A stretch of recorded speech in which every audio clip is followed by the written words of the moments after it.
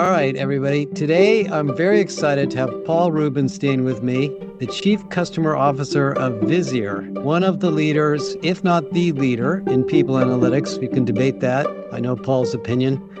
And Paul's going to tell us about some stuff going on in people analytics and some research that we're just about to launch that you may have read by the time you listen to this about the maturity model and the evolution of people analytics. Paul, tell us a little bit about your job and just quickly your work experience, because you've had a lot of interesting career experience leading to this. Thanks, Josh. Well, first of all, hi, happy Friday afternoon or whenever this is being recorded. Yeah, it's been a crazy road for me. I worked at two of the large consulting firms that specialize in human capital. I've always consulted to the HR function. I started out doing those 8 big HR transformation projects, but then later on got into much more, how do we understand talent strategy? Like, how do you actually write a talent strategy that's connected to business strategy? I ran a leadership practice. I ran a bunch of IO psychologists who were doing assessments in leadership, who reminded me every day that I wasn't a doctor. It was, I've had some really good stuff. I've had that feedback too. But I would say there was a pivotal moment where I was sort of obsessed with how do you actually take like what the CHRO or the business wants to do around talent and get lots of distributed decisions aligned to a collective outcome, right?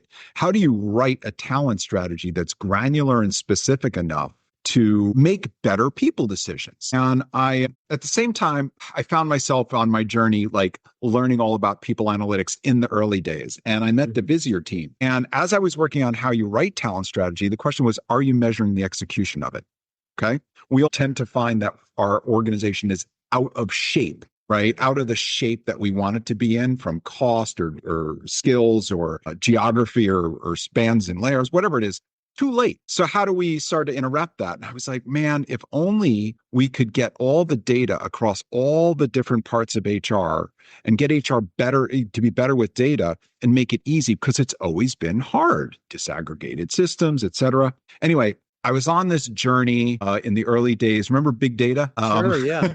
Yeah, I wrote a lot of papers on it. Exactly. And during that time, I met a company that was taking a different approach, because I had been involved in those big data warehousing projects, that took forever and building things with hand-built tools. And man, when I saw Visier, and I was like, wow, they didn't start with the data. They started with the questions. I looked at it and they had some technological innovations that made it easy and beautiful. And I looked at this and I said, for the first time, this was an investment in HR that wasn't about the efficiency of HR, which is how HR has always spent money, but it was about elevating the pattern recognition and storytelling capability of HR so that it was actually insights. To me, the first time this was about recommending to HR spending money on tech that wasn't labor arbitrage. And quite frankly, I saw this as the beginning of a change in the market that said, okay, record keeping, you've reached your limit in the return on investment. Now it's time to tell stories with data and help everyone make better decisions. And quite frankly, I looked at this and I said, this doesn't even belong in HR, it belongs to the people managers. It belongs to, outside of HR. It had tremendous value. Anyway, Josh, long story short, I fell in love with the company so much, I quit my job. I joined first in what they called value engineering, obsessed with the moment people see new data, do they make a better decision? How should HR think about investing differently than they used to? Not thinking of total cost of ownership, but thinking about business impact. Through some strange set of events, I spent 5 years as head of HR, which was, my sort of first non-commercial. At Visier, yeah, Right. Which was, learn to practice what you preach, experimentation, but also still helping a lot of customers. And then a year and a half ago, I think it's been, I went back to run what we call customer success here, which is all of our consulting, all of our support, all of our making the software actually deliver value to our customers. So it's been a really privileged journey to be inside people analytics from the moment 10, 12 years ago when it was just really coming to scale and getting to operate in a living laboratory and seeing it mature. Well, thank you, Paul, because I've been involved in this space for a similar long time, but I'm still seeing from the research we just finished with you guys, a fairly low level of maturity in a lot of companies in learning how to use data to make better people decisions and business decisions. What and you and I have talked about this before. Why don't you just share with people, why do you think it's still such a challenge, and what are companies going through here? Well, I think there are a couple of things. First of all, how important is it? Like, Josh, it really starts with that. If it's important to the head of HR or somebody in the business to have good insights, not just like a report or a birthday list or like use insights in a meaningful way. But do you really think there's companies where it's not important, or do they not understand what important means? I think there's a couple of factors in there. Important to who? Right? Mm-hmm. If you think about the HR function, it may not be important to them because it may not be what they've been historically good at in some HR functions. It's like a lot of people didn't say, oh, I didn't get into HR to do math. Math in business is inevitable. And what's funny is nature abhors a vacuum. I think even 5-10 years ago, there was great people analytics being done outside of HR. Any good general manager would take that HR data that they would scrape in a spreadsheet and they'd mash it up with their production data or their financial data, et cetera, to do some sort of productivity or workforce optimization, right? Not great, from a security or scalability perspective, but the people who want good answers will get them, period. Look, HR, it's a question of priorities and how much of the money is consumed and a little bit of learned helplessness, right? I think part of it is the zeitgeist, I don't know if this is the right word, around HR data or the relationship. For anybody who's in HR, you've experienced this. You get a question from the business, you go to your comp person or your HRIS person, you get a report because you want to talk about a trend. You go in front of that business leader, and the first thing they do if they don't like the data, if they don't like the trend, they say, I question the data. I don't believe you. Yeah, that data is wrong. I don't believe you. And then, you have this whole going back and forth to shepherd the data and prove it out. And quite frankly, by the time you can convince them that your data is better than their assumption, the moment of impact has passed. Okay. I'll tell you who doesn't put up with that crap. The CFO. Nobody from FP&A or the CFO shows up with a trend line and the business leader says, I think you have all the general ledger information wrong, so I'm not going to take your observation on cutting costs. Come on, Josh, that doesn't fly. There's another dimension, Paul, I've talked about, which is that some HR functions define themselves as service delivery functions, not strategic consulting functions, so they don't try hard enough to correlate the data to the business. We just talked about that. What's your perspective on that? I think, obviously, I believe it's changing. Leading functions do that. But, you think about the role of the HR business partner. I actually think that the great ones are good at pattern recognition. The great ones are good at seeing around corners. They're actually naturally good at people analytics. They just don't know it. So I think there's a lot of hope. And I think on the whole, the organizations, it's where the study starts to pan out. The people who focus on data-driven decisions, the people who invest in people analytics are outperforming those who don't. Let me get to another topic. Sure. One of the objections you hear all the time from companies about analytics is, well, we just put in Workday, we just put in SAP, we just put in Oracle. We can't really do that kind of work till we get all the data cleaned up, right? Is it fair to say there's no excuse for that anymore? There isn't. It is, your data will never be perfect. Anybody who's looking for zero noise data doesn't live in the real world. That's just the reality of it. And by the way, HR data by its very nature it doesn't have FASB, it doesn't have GAAP, it will never be as clean. You live in a world of retroactive restatements, et cetera. Oh my God, have you ever seen recruiters record ATS data? Somebody was interviewed and hired on the same day. That doesn't reflect reality. You have to understand, how to interpret the data, not fight it for this, ideal perfection. You can still use it to set a compass and hold people accountable for the decisions they make. Well, given that maybe it is much, much easier to get access to the data, especially if you have Visier, one of the other symptoms of the challenge that I've seen is the people analytics group. Sometimes it reports to IT, sometimes it reports to HR IT. Let's talk about systemic HR and how you think companies should organize this whole initiative. I think before we go there, Josh, actually, can we zoom out on that? Because it's really interesting where you were going there. We're seeing a change. If you roll back the time machine, 10 years, the first people analytics functions, I think, were two things. They were science projects. Right. We all learned about the legend There's of still a Google lot. and answer factories. Hey, we're going to come to you with a question, give us an answer. Okay. Mhm. And a lot of those were populated by builders, people who spent 80% of their time cleaning data, constructing data, and creating something rather than interpreting it, applying it, evangelizing it, right? Because the insights, how much do you want to pay for the time to create the insights versus disseminate, explore, all the good stuff, Make decisions. applying them, right? Yeah. And like I watched people hire data scientists who would spend 80% of their time just cleaning data. And so I think a lot of that for people who have used modern analytics applications, they've changed the labor distribution and they've gone from just looking for functional efficiency as an answer factory to two different graduations in what I'll call the value curve of getting a workforce edge through AI and analytics. The first one is impacting talent. So what do I mean by functional efficiency? Why don't I start there?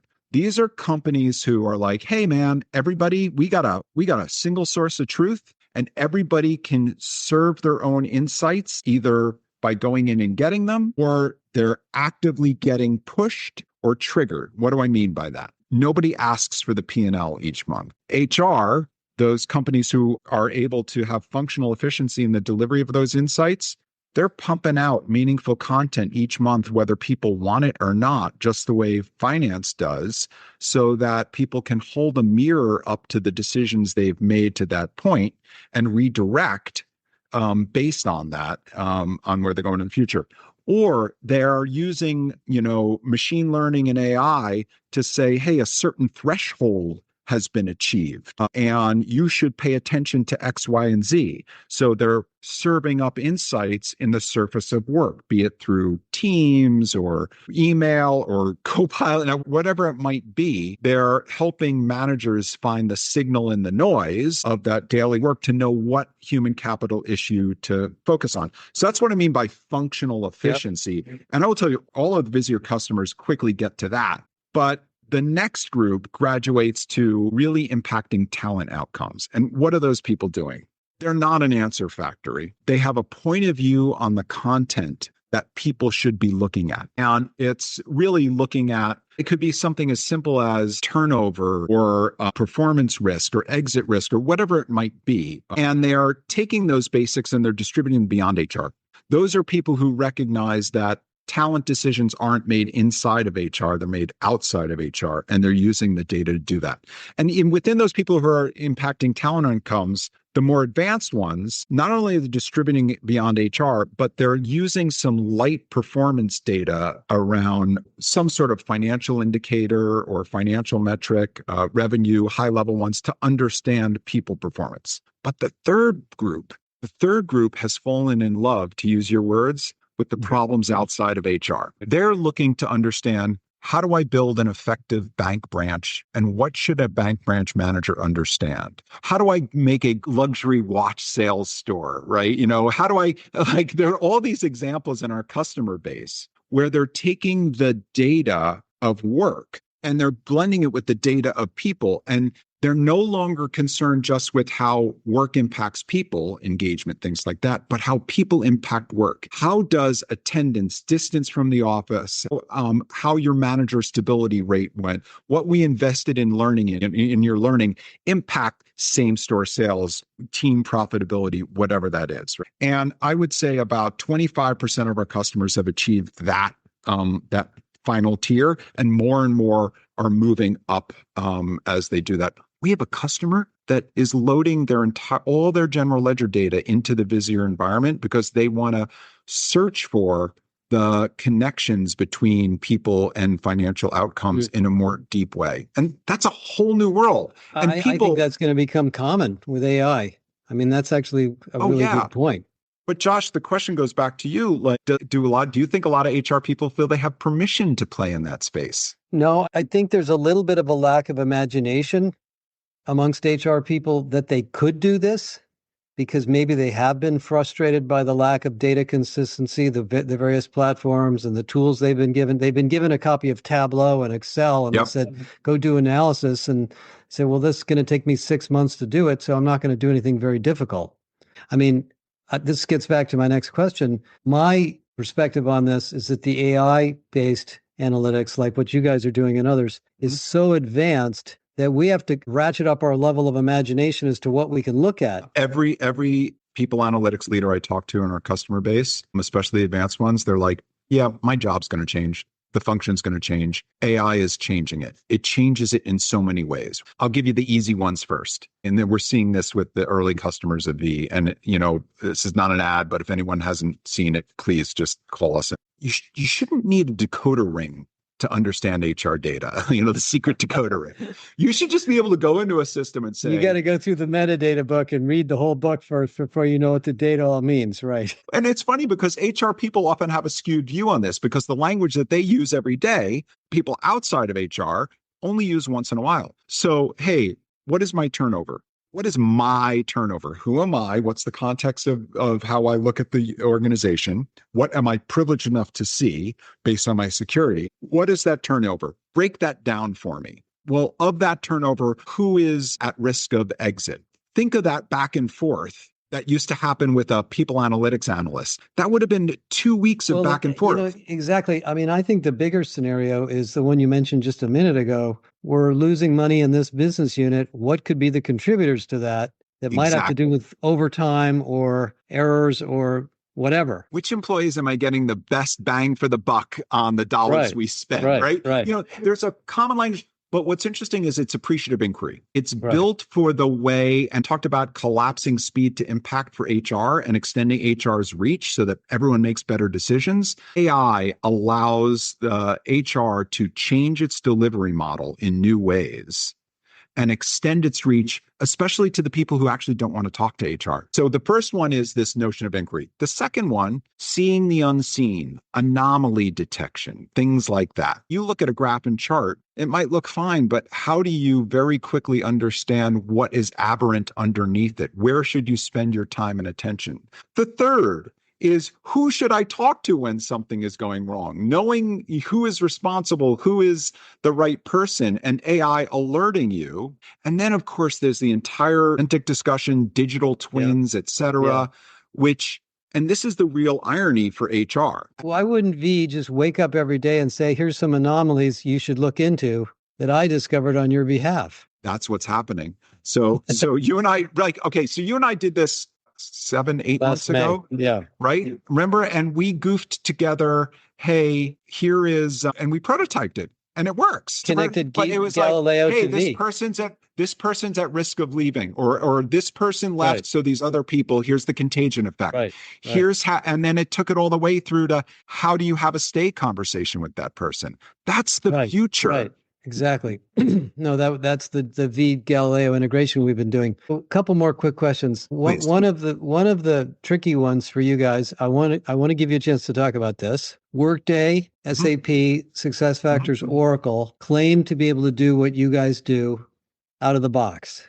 They all have people analytics modules. They are building AI under the covers. I kind of know the answer to this question, but I want you to say, what do you do about those guys, especially when the customer just spent hundreds of thousands of dollars on some tool that came with the HCM system? Yeah, and the way a lot of those vendors sell some of the analytics is, we'll bundle it in for free. You won't even see it, and IT will say it's good enough. Lay it on the line, Paul. This is your chance. Yeah, like here it is. I don't know how to say it politely. The 14-year head start that Visier has, and the vision of where it's going, and the AI. Okay, let's break it down in a couple of things. Number one, none of those customers are even close to doing what we do with AI. We are very blessed because what we have is not just an incredible data model, but we are able to connect across all the customers and leverage the understanding of the patterns of data that make the model work. So the training, the level of quality of answers and training and understanding that they're going to have to do on a single tenant for any of those other vendors, Right. it'll take years for them to get to where we are. The second is this open platform. We're open to extend it beyond just the vision of what HR could do, not solving HR's record keeping problem alone, but solving the problem of work. It's a philosophy. Do you want to go with a vendor that is there, that was built to just save you costs and make it easy to do record keeping? Or do you want to go with a vendor whose philosophy is, how are you going to get a workforce AI edge? How are you going to get a competitive edge by leveraging AI, by understanding your workforce? And remember, it's not just about using AI for fancy reporting, which is what a lot of the analytics that are coming out of the box is. We're talking about using it to understand the workforce, understand work. That's a bigger vision than those platforms have. And then plan for the future and budget for the future and make sure that you're Well, you could almost argue, I mean, Paul, you could almost argue that the HCM platform is more of the commodity, really, than the analytics platform, because the reason you buy technology is to make better decisions and to automate things. So I've had customers tell me before, we're going to replace all our HR systems so we can get better data. And that's kind of a backwards idea. Look, if all those vendors were amazing at this, then the top brands at Visier who have all those vendors wouldn't be buying us, right? Like, I get it. Don't listen to your salespeople, talk to customers is my advice to everyone. But again, I don't want to make this a commercial for Visier alone. I just want to give you a chance to talk about it for a minute. But I think there's a bigger point here, Josh, which is, what is going to be the tech that you spend that's differentiating versus commodity? Which are you going to spend as the head of HR or the head of IT on this stuff that is about managing cost and compliance and risk versus unearthing the insights that drive business, that competitive edge, that workforce edge that you need from those insights and the AI? I respect all those vendors. They are adding features that are good enough for minimum viable products as quickly as possible because they have a financial incentive to squeeze out every other innovative vendor in the world, because a lot of software vendors aren't growing new logos. They have to just expand within the footprint they have, and they're desperate to retain it. I respect that. But sameness does not yield greatness in your tech stack. You have to leave room for innovation and agility. We saw this cycle a long time ago. If you get locked into one vendor and they aren't innovating fast enough, you get left behind, and HR gets left behind the needs of the business. That tech stack agility becomes really important. The second thing is, all of those big HCM vendors were supposed to drive down your total cost of ownership over time. I wrote those business cases when I was a consultant, and that's not actually proved to be true. The staff you have to run it has gone up in price and complexity, and the teams have gotten bigger over time, et cetera. What's beautiful about the type of software that Visier is, and Visier itself, is it allows you platform agility. It allows you to turn around and say, hey, I only need cheap and cheerful for my transaction systems. I need to rebalance my portfolio to spend more on the systems work. And by the way, when I acquire a new company, I don't want to have to change or integrate. I can leave them on their own cheap and cheerful systems,